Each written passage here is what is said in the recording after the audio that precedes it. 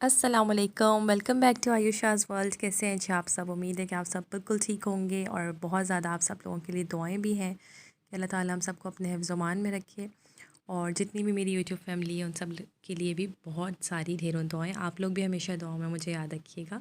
अच्छा जी, ये जो आजकल के व्लॉग्स हैं ना, इसमें आप लोगों को आइडिया होगा कि रमज़ान में सबकी तकरीबन एक ही रूटीन होती है। जो मेरा जो कंटेंट है वो यही है कि मैं एक हाउसवाइफ़ हूँ और जो डेली मेरी रूटीन होती है वही मैं आप लोगों के साथ शेयर करती हूँ। ज़्यादातर ये होता है कि एक हाउसवाइफ जो है ना, सिर्फ कुकिंग नहीं, बाकी घर के बहुत सारे ऐसे काम हैं जो हम लोग कर रहे होते हैं और बहुत कुछ मैनेज करना होता है। ठीक है, अगर आपकी कोई जॉब होती है तो उसमें जो है ना कुछ टाइमिंग्स होते हैं कि उस टाइम तक आपने जॉब करनी है, उसके बाद आप फ्री होते हैं या आप अपनी मर्ज़ी से जो भी कर सकते हैं, जो भी आपको काम हो।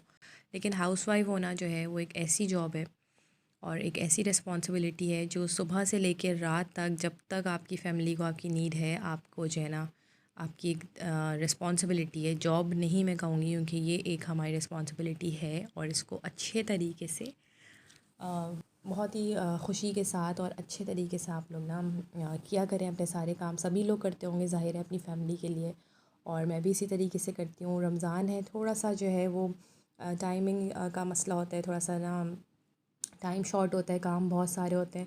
यहाँ पर मैं जिस तरह से आप लोगों को अपनी रूटीन दिखा रही होती हूँ, तो ज़्यादातर आजकल मैं यही सोच रही थी कि मैं और भी लोगों के जो व्लॉग्स वगैरह देख रही होती हूँ, तो यही होता है कि तकरीबन तकरीबन यही सारी रूटीन होती है कि इफ़्तार बनानी है, सहरी बनानी है और बाकी भी बहुत सारे काम होते हैं जो मैं सोच रही थी कि सुबह से जो पूरी जो एक रूटीन होती है ना, वो आप लोगों के साथ शेयर करूँ। तो मज़ा आता है, काफ़ी सारा अच्छा लगता है आप लोगों के जब कमेंट्स आते हैं। अच्छा, मैं यहाँ पर जो बना रही थी, सबसे पहले मैंने फ्रूट चाट बना के रखी थी और यहाँ पर ना मैं ये दही बूंदियाँ जो होती हैं ये मैं दिखा रही थी। ये ना यहाँ पर बेकरी से मैंने ली थी। ठीक है, यूनाइटेड पे मुझे बहुत ही अच्छी लगती हैं और वहाँ से मैंने ये वाली ली थी। तो ये फुल्की के नाम से होता है, कि उनका पैकेट होता है बूंदी का और एक फुल्की का होता है। तो ये इतनी यमी होती हैं, मतलब इतनी मज़े की लगती हैं, लाइट लाइट सा इनका फ्लेवर होता है। और इसमें करना क्या होता है कि आपने इसको सिर्फ गर्म पानी करके ना इसको आपने रख देना होता है। तकरीबन मैं इसको 45 मिनट्स तक के लिए तो रख ही देती हूँ पानी में ना, बॉईल नहीं करना होता। स्टोव मैंने बंद कर दिया था फ्लेम, और उसके बाद ना मैं यहाँ पर अपने दूसरे काम करती रहती हूँ जब तक ये हो रहा होता है।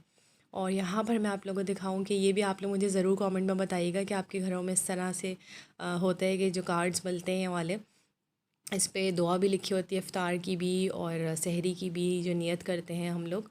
और ये ना मैं अपनी अम्मी घर पे गई थी, तो मेरी बड़ी बहन जो है उनको मिले थे ना, तो उन्होंने मुझे दिए थे। तो मैंने ये सोचा कि यहाँ पर किचन में लगा लेती हूँ, मेरे लिए बड़ा आसान रह जाता है। हमेशा हर साल कभी किसी बेकरी में होता है या कहीं ना मिलते हैं, तो उससे आसानी रहती है कि जब इसके जो टाइमिंग्स होते हैं इफ़्तार के, सहरी के, तो मैं किचन में लगाती हूँ। उससे आइडिया हो जाता है कि भाई कितना टाइम हमारे पास अभी है। और यहाँ पर मैं चने की चाट की तैयारी कर रही थी। अच्छा, आप लोग मुझे ज़रूर कमेंट्स में बताइएगा कि आपके घर में कौन सी ऐसी चीज़ है जो लाजमी है कि जी इफ़्तार के टाइम पे बननी ही बननी है। ठीक है, मेरा ये है कि मैं और मेरे हस्बैंड जो है, अच्छा आप लोग क्वांटिटी भी देख रहे होंगे चीज़ों की कि मैं बहुत ही थोड़ी थोड़ी सी बनाती हूँ।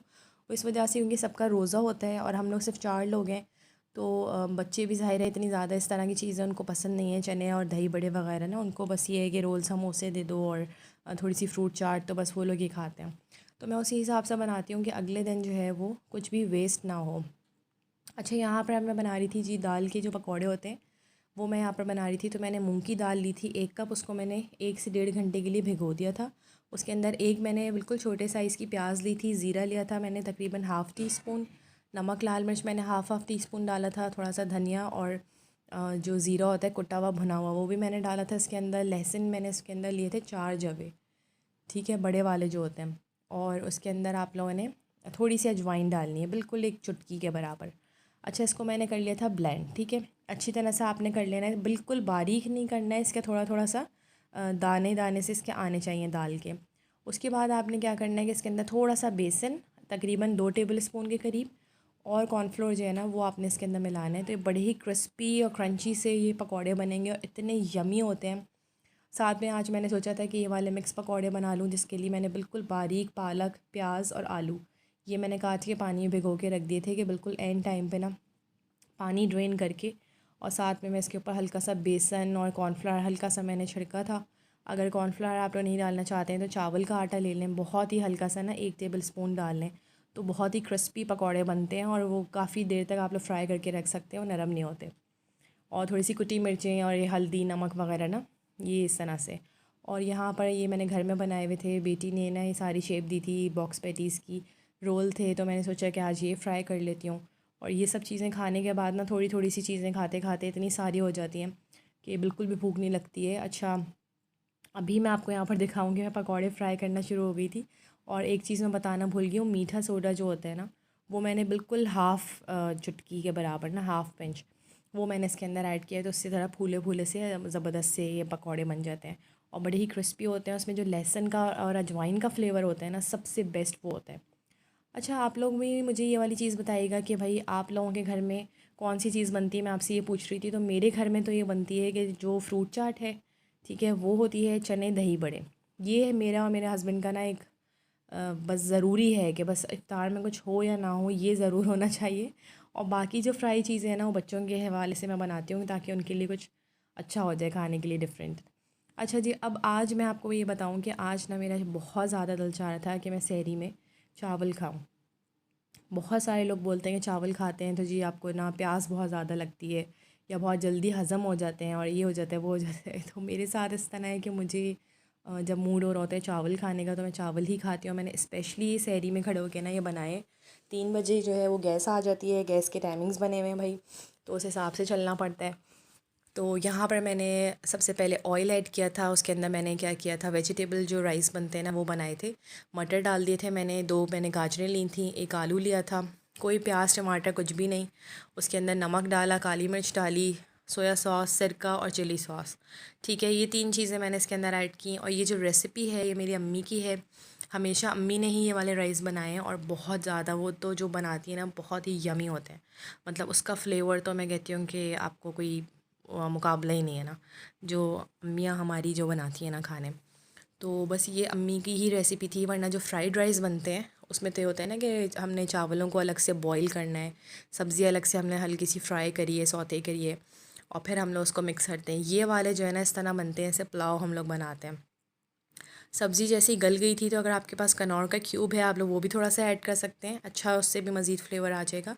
वरना यही जो है ना बहुत मज़े का बन जाता है। मैंने इसके अंदर तकरीबन 2 कप चावल डाल दिए थे, ठीक है। और नमक आप लोग हस्बे ज़ायक़ा कर सकते हैं, आप लोग चख लीजिएगा कितना आपको रखना है। और पानी मैंने इसके अंदर तकरीबन 1 से 1.5 कप डाला था क्योंकि ज़्यादा पानी ना हो।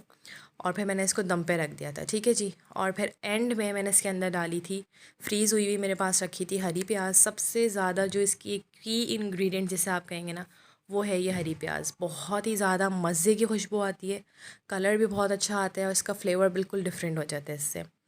ये मैंने डाली और इसके मैंने रख दिया था दम पे। अच्छा, आज ये हुआ था कि हस्बैंड ने मुझे पहले ही मेरे कह दिया था कि भाई मैंने वो वाला अंडा जो होता है ना, होगीना जिसे कहते हैं, टूटा हुआ जो अंडा होता है वो वाला जो है ना मैंने खाना है। तो मैंने अच्छा वो उनसे पहले से पूछ लिया था, वरना ये होता है कि मैं सोच रही होती हूँ कि इनको मैंने क्या देना है। कभी कभार मैं सालन बना लेती हूँ कोई, और वरना ज़्यादातर ये होता है कि अंडा या फिर कबाब, इस तरह की चीज़ें पराठे के साथ। तो यहाँ पर जी मेरे लिए तो चावल हो गए थे रेडी। बेटी जो है वो अभी छोटी है, अभी नहीं रखती है रोज़े, तो उसने भी कहा था कि चलो मैं दोपहर में खा लूँगी। और यहाँ पर जी सहरी के लिए टेबल सेट हो चुकी थी। यहाँ पर मैंने चावल फुल प्लेट भर के जो है ना वो मैंने निकाले थे। पता नहीं क्या हो रहा था, इतनी क्रेविंग हो रही थी ये वाले चावल खाने की, बहुत ज़्यादा तो मैंने तो ये ना, लेकिन खाए नहीं गए थे पूरे, हाफ़ प्लेट ही मैंने खाई थी। और फिर मैंने रख दिया था कि मैं बाद में इफ़्तार के बाद जो है ना खा लूँगी। और यहाँ पर ये हमारी सहरी का जो सबसे ज़्यादा ज़रूरी चीज़ है वो है ये फेनिया, जो कि बहुत ही ज़्यादा मज़ेदार लगती हैं। तो बस मैंने फेनिया बना ली थी, चाय बनाई। तो बस ये आज का व्लॉग यही था, उम्मीद करती हूँ अच्छा लगा होगा। अल्लाह हाफ़िज़।